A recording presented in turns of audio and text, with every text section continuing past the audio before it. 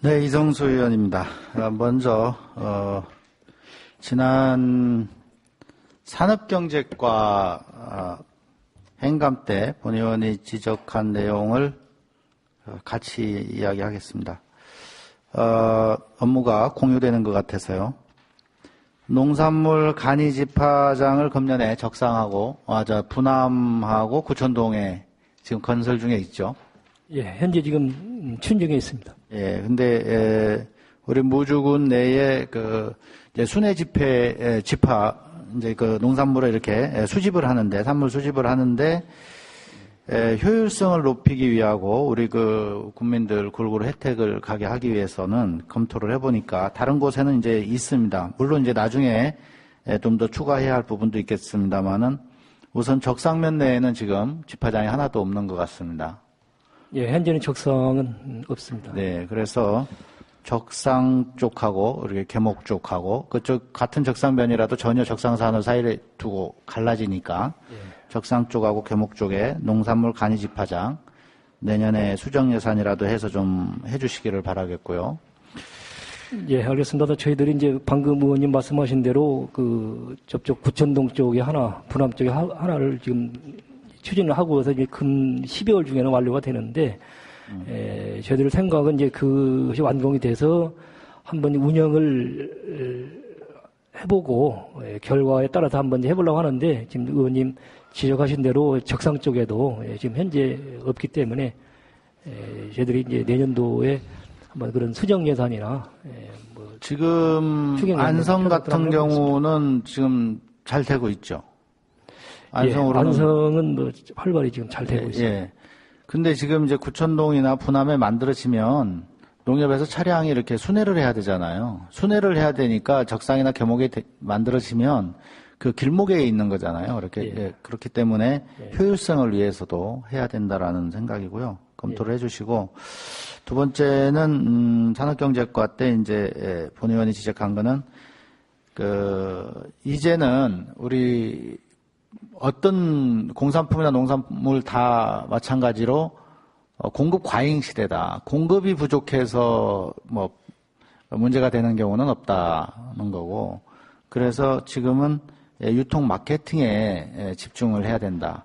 농민도 부자되고 정말 무주 농산물이 제대로 팔리기 위해서는 재배하는 것도 물론 중요하지만 제가격을 받고 적재적소에 파는 거 적기에 파는 것이 중요하다. 그래서 유통 마케팅을 늘려야 된다라고 했는데 그러기 위한 한 방편으로 농협의 공선 조직에 지금 포장지 지원이 되고 있지 않잖아요. 공선에는 특히 이제 사과 같은 경우는 포장지 지원이 안 되는 거죠. 안 되고 있잖아요. 예, 맞습니다. 근데 일반 농가에는 그냥 포장지 지원을 해주니까 이것이 밭대기로 팔고 포장지 갖다 외부에 유출되고 그러니까 그런 것들을 공선 쪽으로 몰아서 이렇게 하게 되면 효율성이 좋아지지 않겠나 하고 지적하는 사항이 있습니다. 그래서 앞으로 농업소득과에서 하고 있는 사업들 중에 식재 사업, 이 식재 사업 이런 쪽은 예산을 좀 줄이고, 그리고 이렇게 유통 마케팅 쪽에 예산을 늘려야 된다. 이렇게 본 의원 생각하는데 어떻게 생각하십니까? 예, 의원님 그 말씀 아주 지당한 말씀입니다. 저도 그렇게 생각을 하고 있습니다. 그래서 이제 저희들도 금년도에도 좀 그렇게 했습니다만 내년도에도 이제 그렇게 좀 생산이 과잉되고 이런 거에 대해서는 이제 식재 지원은 가급적 이제 중단, 지양을 하고 방금 말씀하신 대로 유통 쪽 또 이제 품질을 좀 이렇게 더 이렇게 좋게 할 수 있는 그런 시설 위주로 이렇게 지원하는데 역점을 두고. 네, 농가에서는 제대로 판로가 제대로 확보가 되고 제가격을 받을 수 있으면 심지 말라고 해도 심어요. 묘목대금 이런 것이 비중을 많이 차지하는 것이 아니지 않습니까? 네, 그렇습니다. 그래서 유통 마케팅에 좀 집중을 해주셔야 된다는 거고 이제 기부서의 농업소득과 쪽 이야기를 하겠습니다. 우리 지금 친환경 농가 수가 급격히 줄어들고 있죠. 보면 지금 2014년 이후에 거의 뭐 반토막 나다시피 할 정도로 농가 수가 급격히 줄어들고 있는데 줄어드는 이유가 무엇입니까? 이게 좀 줄어든 이유는 이제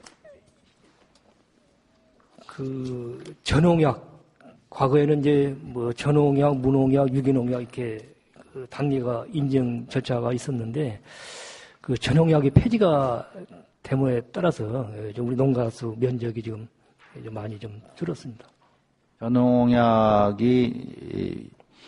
그 이제 친환경에서 빠지고 완전히 무농약이 돼야 되는데, 근데 그 전농약을 하던 농가들이 무농약으로 해서 친환경 농업으로 가지를 않고 관행 농업으로 간다는 거잖아요, 그죠? 그렇게 해서 줄어드는 거죠. 보니까 일부 이렇게 무농약으로 간 사람도 있고, 또 이제 아예 그냥 그러니까 반토막이 된 겁니다. 근데 이게 정책이나 우리 친환경 농업을 하겠다는 의지가 지금 대단히 후퇴한 것이 아니냐 이렇게 보여집니다. 우리 청정무주, 반딧불이가 사는 청정무주의 농산물, 안전한 먹거리를 생산하겠다는 그런 정책 의지가 대단히 후퇴했다.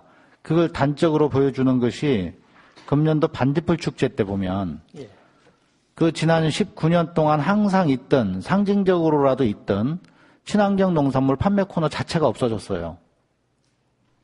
그거 어떻게 해석을 해야 됩니까? 왜 없어졌죠?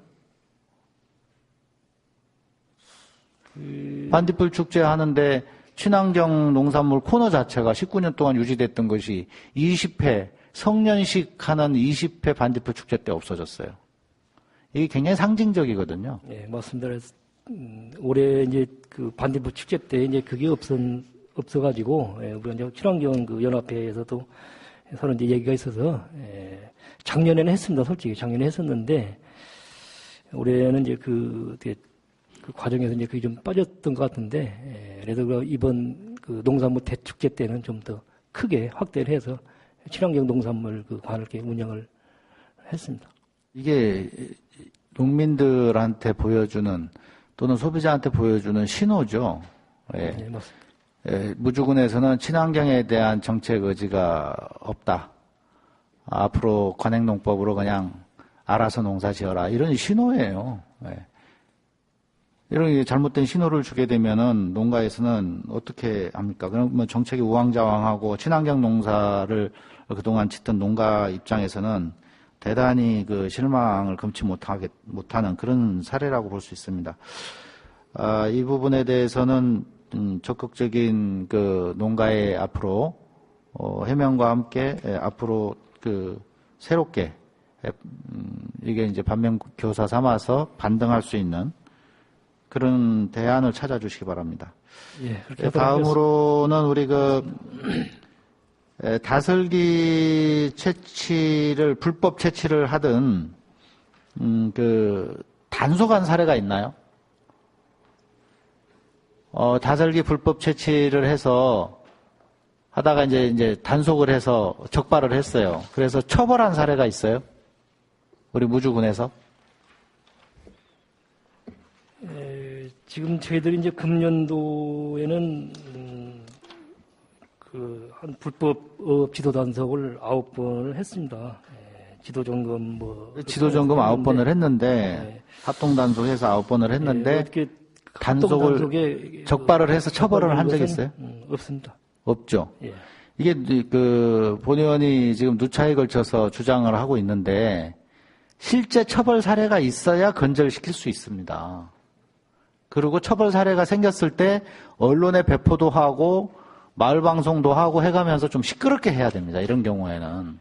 근데 그렇게 안 하고 있어요. 근데 현실적으로 본 의원도 야간에 이렇게 냇가에서 다슬기 채취하는 사람들한테 이제 접근을 해봤는데요.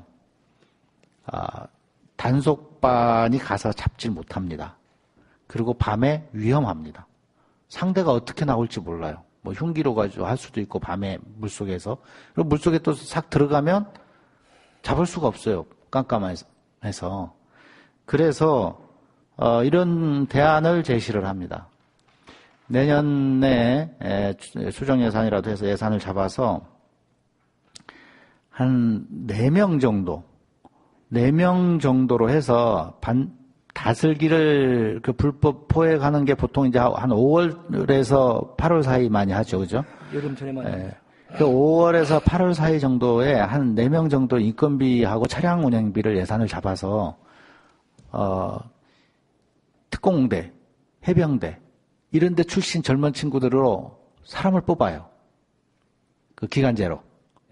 뽑아서 야간에 4명이 이게 뿔뿔이 흩어져서 다니는 게 아니고요. 차량 한 대로 4명이 같이 다니면서 단속을 하는 거예요. 이게 왜 그러냐면 일반인들이 단속 못 합니다. 지금 뭐 우리 그 정인이나 저 같은 사람이 가가지고는 너 뭐야 하면서 그냥 거꾸로 당합니다.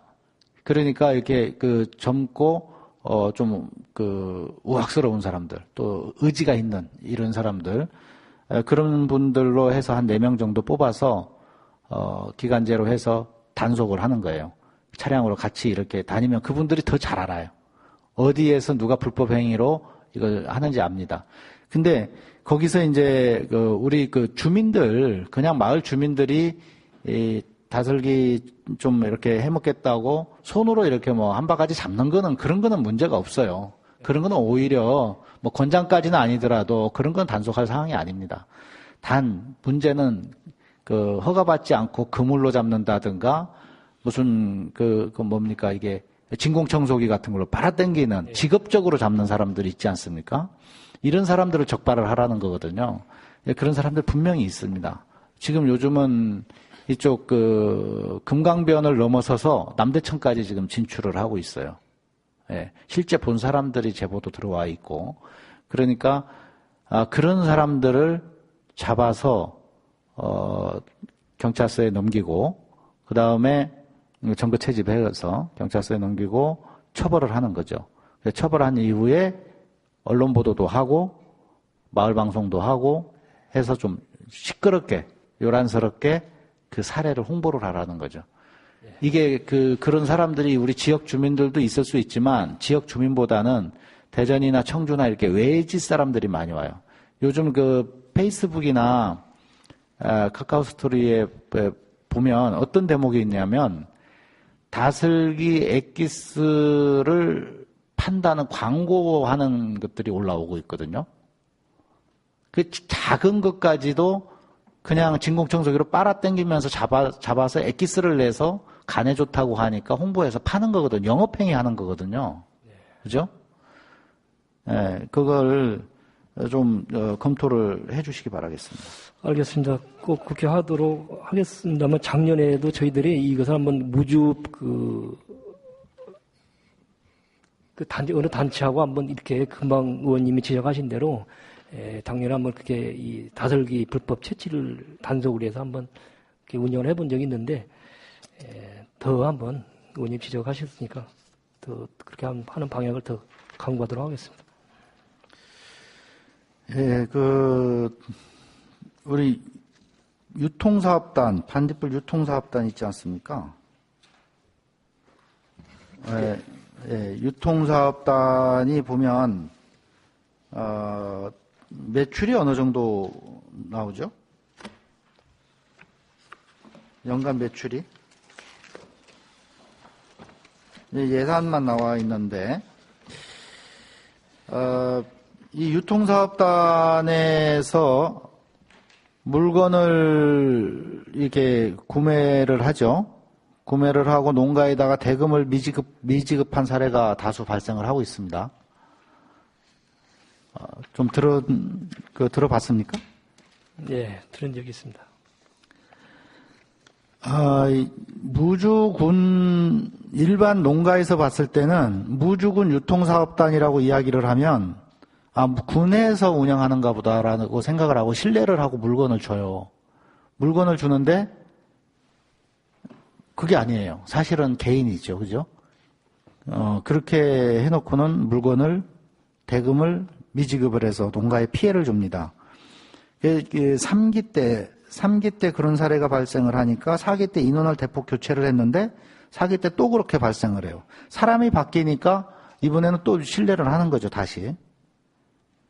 이 유통사업단에 대한 그 조직 관리라든가 농가 피해가 없도록 좀 관리를 해줘야 되는데 이런 사례가 발생하면 이런 경우는 책임을 물어서 지원금이라든가 이런 것들을 뭐 회수한다든가 이런 강력한 조치가 있어줘야 되지 않겠나라는 생각이 들고 이 차제의 유통사업단하고 관련돼서 보면은 우리 그 자료를 보면요 이제 이쪽 뭐 110페이지 이제 100페이지에서부터 이제 쭉 있는데 2016년도에 보면 우리가 이제 그 직거래 장터나 이런 데 가가지고 매출이 총 44억 정도가 올렸어요. 2016년도에 직거래 장터 가가지고 자료에 보면 44억 1,700만 원을 매출을 올렸는데 유통사업단 매출은 뭐 그 전에 자료를 보면은 보통 1년에 뭐 1억 내외 뭐 이렇게 올렸다고 그래요.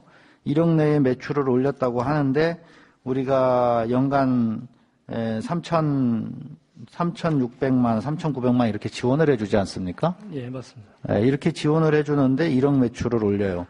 근데 보면 직거래 장터에는 이 유통사업단도 물론 가기도 하지만 유통사업단 외에 또 일반 농가도 갑니다. 그죠? 일반 농가도 가는데 여기는 매출이 44억이라고 그래요. 여기서 우리가 생각할 수 있는 것이 개인의 의지를 가지고 적극적으로 이렇게 판매 활동에 나서는 사람이 관에서 유도를 하는 사람들보다도 오히려 실적이 좋다라고 볼 수가 있어요. 그래서 유통사업단을 차제에 전면 개편해서 없애든지 계속 유지를 한다면 유통사업단이라고 하는 것을 하나로 만들지 말고 경쟁체제를 도입을 하는 거예요.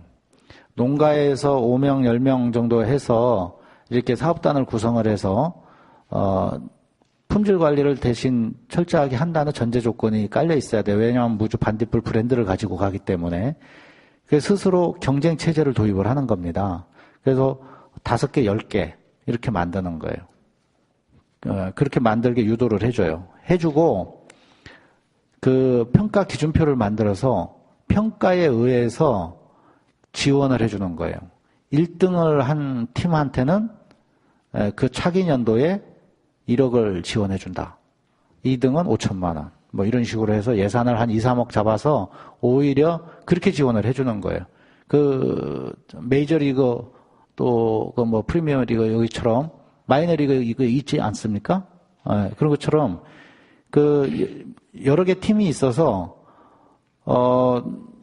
이제 성격할 수도 있고 이제 성적이 좋으면 그 다음에 성격할 수도 있고 성적이 나쁘면 탈락할 수도 있는 거죠.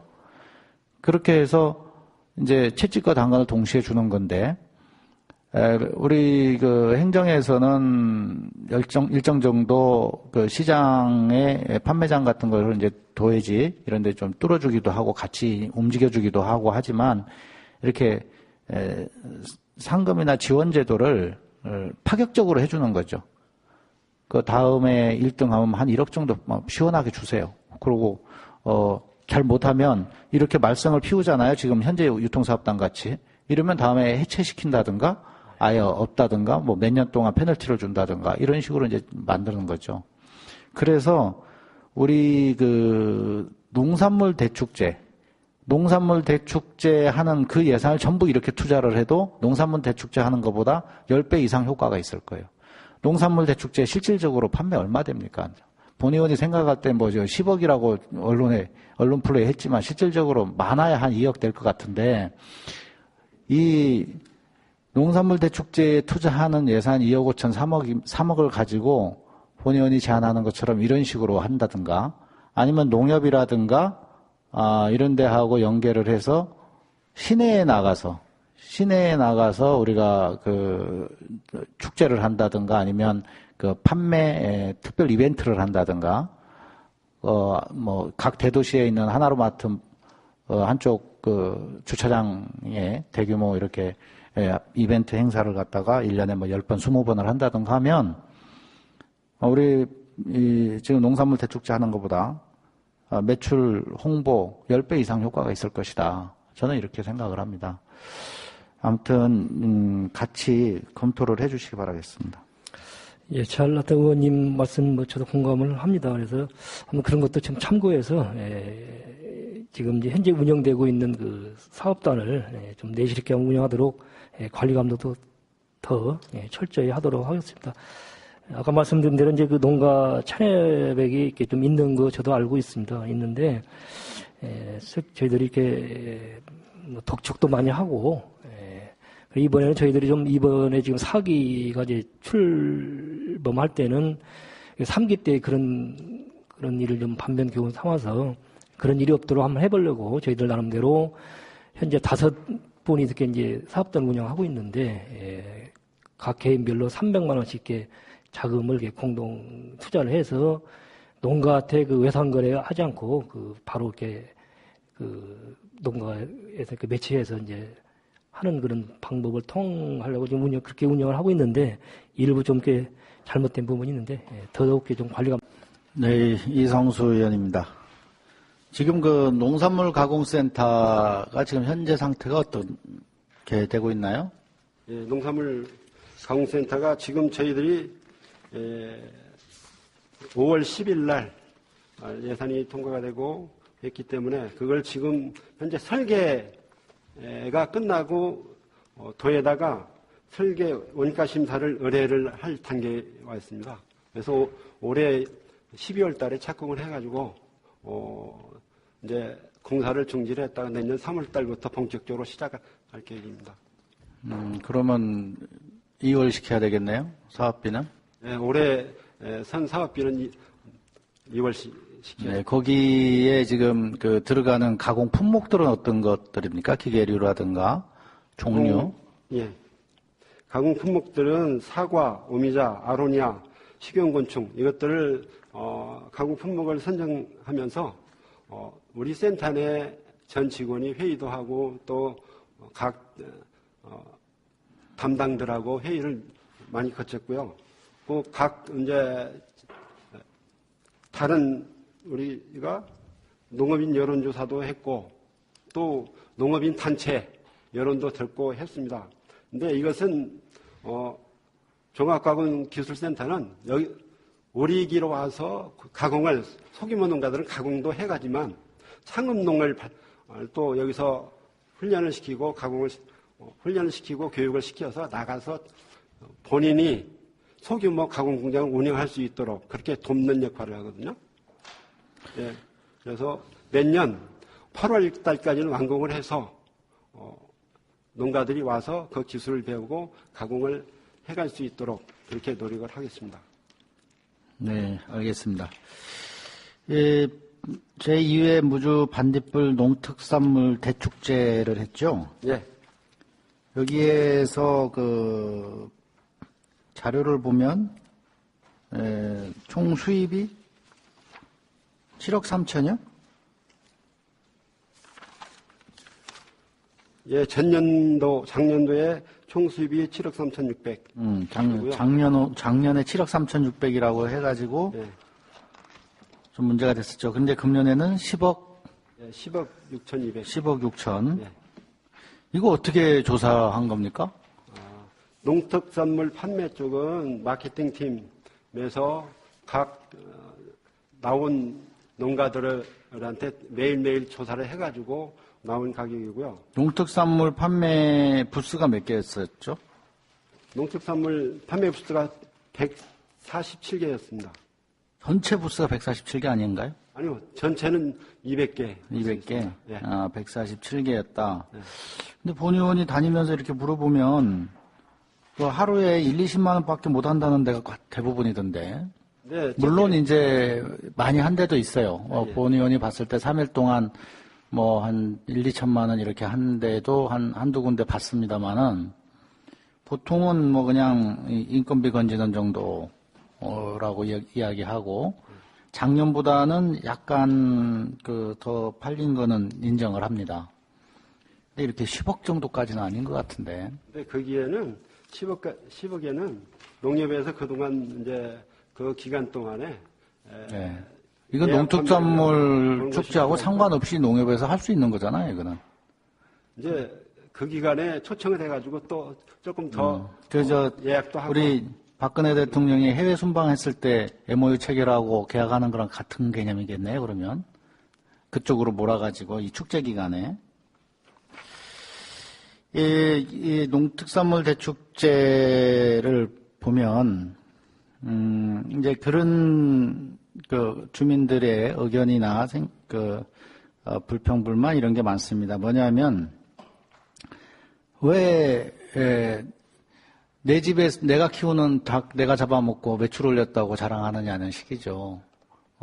내 집 닭 잡아먹고 관내에서 우리 주민들을 상대로 축제하는 것 같은 그런 거죠. 그래서 농산물을 진짜 판매를 하고 홍보를 하려고 한다면 대도시에 가서 해야 되지 않냐. 소비처에 가서 저기 서울광장에 가서 하고 저 대전 천변에 가서 하고 부산 저 서면에 가서 하고 광안리 가서 하고 그렇죠? 대도시에 가서 농특산물 대축제를 하든지 판촉 행사를 하든지 이렇게 해야 매출과 홍보가 여기서 하는 것보다 10배 이상 더 효과가 있을 텐데 그 돈이라면 같은 돈을 가지고 했을 경우에 지금 무주에서 하는 것은 좀 바람직하지 않다 이런 이야기가 있고 또 하나의 비판은 이런 겁니다. 주민들만 모여서 하는 행사라고 하면 공식 행사를 개막식이나 우리 농업인의 날 행사나 이런 것들을 하는 것은 이해가 갑니다. 주민들만 하는 거면 그리고 각 기관 사회단체장 정치인들 나와서 인사도 하고 축사도 하고 하는 것이 이해가 갑니다. 그러나 외부의 관광객을 모셔다 놓고 농특산물을 사가라고 홍보하는 자리잖아요. 네. 그런 자리에서 우리 지역의 군수님을 비롯한 이제 지방 정치 하시는 분들이나 또는 기관 사회단체장들이 와서 축사도 하고 공식 행사를 하는 것은 외부 관광객이 봤을 때는 꼴사납다. 한마디로. 그렇게 보이는 거예요. 그리고 거기 외부 관광객이 그 행사장 가운데 왜 앉을 일이 뭐가 있습니까? 그 사람들이 우리 무주 정치하고 무슨 상관이 있는데. 그분들은 한시라도 빨리 물건 하나 사고 빨리 단풍 구경 가고 구천동 가고 적상산 가야죠. 집에 가야죠. 거기 앉을 이유가 없는 겁니다. 그 빈자리가 있다고 해서 짜증낼 일도 아니고 동원해서 그 사람들 그 버스를 우리가 돈을 주고 유치를 했다고 해서 그 사람들을 거기다 앉히려고 해서는 안 되는 거죠. 네. 그분들이 거기 앉아 있을 시간에 돌아다니면서 떡볶이 하나라도 더 먹고 더 시식하고 한 개라도 더 사가야죠. 그죠? 그게 목적이잖아요. 그래서 공식 행사는 최소화하든지 아니면 다른 데서 약식으로 하든지 거기는 우리가 공식 행사를 하는 것보다는 관광객들이 보다 즐길 수 있고 재미있게 이렇게 해야 되죠. 그 행사장에서는 설사 한다고 하더라도 그 관광객들이 뒤에서 욕하는 거를 들었어요. 네. 우리가 공짜로 왔다고 해가지고 이거 뭐 하는 거냐 기분 나쁘다는 거죠. 네. 그분들 입장에서 역지사지 해보면 충분히 이해 가는 이야기입니다. 앞으로 행사를 어떻게 하실지 모르지만 본 위원이 생각을 할 때는 계속 한다면 축제는 무주가 아닌 서울이나 부산, 대전 같은 대도시에 가서 했으면 좋겠다라는 생각이고 일회성으로 하더라도 그렇게 했으면 좋겠다는 생각이고 아니면은 그 돈을 쪼개서 시내에 있는 대형 마트나 이런 데 가서 판촉 행사를 적극적으로 하면 좋겠다. 10번, 20번 이렇게 쪼개서 제 3안으로는 지금처럼 그렇게 한다고 하더라도 공식 행사라든가 이런 것은 최소화시켜야 된다. 그리고 관광객 위주로 모든 것을 편성을 해야 된다. 우리 지역 주민들은 또 별도로 이제 따로 이렇게 해야 되겠죠. 외부 관광객을 모셔다 놓고 동네 잔치하는 모습을 보여줘서는 안 된다. 그리고 반딧불 축제도 마찬가지고 우리 농특산물 대축제도 마찬가지고 행사를 쭉 늘어뜨리면서 꼭 이 지역 주민들을 동원해서 지역 주민들의 주머니를 털어내는 그런 행태가 보이거든요. 아마 전체에서 차지하는 매출의 대부분이 또 지역 주머니에서 나올 거예요. 특히 이제 음식 코너 같은 경우 이런 경우는 지역 주민들이 아니면 외부인들이 와서 매출 발생할 일이 거의 없죠. 그래서 우리가 이 축제 기획 같은 걸 할 땐 이런 부분도 한번 잘 생각을 해봐야 되지 않나 이런 생각이 듭니다. 한번 해주시기 바랍니다. 네, 이성수 의원입니다. 7쪽 자료 7쪽부터 보겠습니다. 7쪽 9쪽인데요. 우리 물품 구매한 내역을 보면 이제 종류가 여러 가지라서 일단 천마 종균병 구매한 것을 비교로 봤습니다. 천마 종균병 2014년도에 맨 위에 보면 3월 10일 날 납품받은 것이 4만 병인데 요것이 개당 단가가 392원에 들어왔습니다. 개당 단가가 4만 병을 1,568만 원에 들어왔으니까 그죠? 네. 근데 이제 밑에 보면 그건 청미케미칼이고 사이언텍에서 6월 30일 날 들어온 거는 420원에 들어왔어요. 그리고 9월 25일 날은 376원. 1월 8일 날은 357.6원. 이렇게 이제 가격이 각각 틀려요. 네. 이게 입찰이라고 하면 좀 이해가 갑니다. 입찰이라고 하면 이게 서로 눈치껏 쓰기 때문에 이해가 가는데 이게 지금 수의계약이에요, 전부.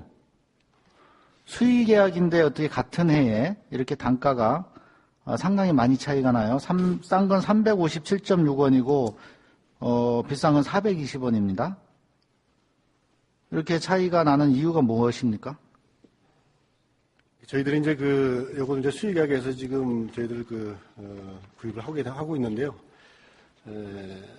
보통 보면은 이제 이게 플라스틱 종류가 그 가격 변동이 상당히 심하게 지금 하고 있습니다. 그래서 저희들이 이제 처음에 2014년도 구입할 때 하고 이제 2015년은 이제 크기 차이가 있기 때문에 좀 차이가 있는 것이고요.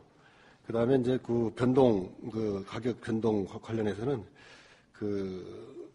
시장의 가격 변동에 의해서 지금 이렇게 가격이 차이가 좀 있는 걸로 알고 있습니다. 시장의 원료 차이라는 거죠? 예. 저희는 가능하면 최대한 저렴하게 좀 구입하려고 노력을 하고 있습니다. 근데 2015년도를 보면 3월 25일 날 백운산업에서 358.8원이고 4월 30일 날 똑같이 백운산업에서 290원이에요. 이게 한 달 간격인데 이렇게 차이가 가격 변동이 심했나요? 2015년도부터 금년 상반기까지는 세계적인 저유가 상태로 플라스틱 원료 가격이 계속 저가 상태로 유지됐을 텐데요. 근데 8월 26일 날은 이제 회사가 달라졌는데 종균병 해서 이거는 좀 비싼데 이 구입 자재명이 천마 종균병하고 그냥 종균병하고 틀린가요? 천마 종균병이라고 써 있는 거하고 네. 자재명이 종균병이라고 그냥 천마자가 빠진 거하고 같습니다. 병이 같은 거예요? 같은 겁니다. 근데 굉장히 입찰로 해서 426원이 굉장히 비싸졌네요. 네. 이렇게 이제 계약할 때마다 계약해놓고 나서도 전후로 해가지고 가격 변동을 보면 상당히 진폭이 심하더라고요. 이게 그래서 저희들은 가능하면 이제 저렴할 때 구입하려고 노력을 하고 있는데요. 그래서 이런 가격 변동에 대해서 좀 저희들도 사전에 좀 시장 조사를 충분히 해가지고 하여튼 가능하면 전체적으로 보면 청미케미칼이 좀 단가가 비싼 편이네요, 그죠? 비싸게 들어오네. 이게 입찰을 하는데 이게 뭐 합리적 의심을 갈 수가 있어요. 이렇게 가격 변동이 심하면. 네. 특히 이제 수의계약 같은 경우는 의심이 갈 수가 있고 괜한 오해를 받을 수가 있습니다. 그래서 이것은 좀 신중하게 그렇게 처리하셔야 되지 않겠나라고 싶습니다. 이거 시간과 뭐 이런 것 때문에 더 정밀 추적을 하지 않았지만 정밀 추적을 하면 얼마든지 또 나오지 않습니까? 요즘 뭐 전국적인 상황도 추적하니까 계속 나오잖아요. 고구마 줄거리 캐듯이. 그런 일이 벌어지지 않도록 좀 클리어하게 이렇게 해주셨으면 좋겠습니다. 네, 충분히 검토해가지고 구입할 수 있도록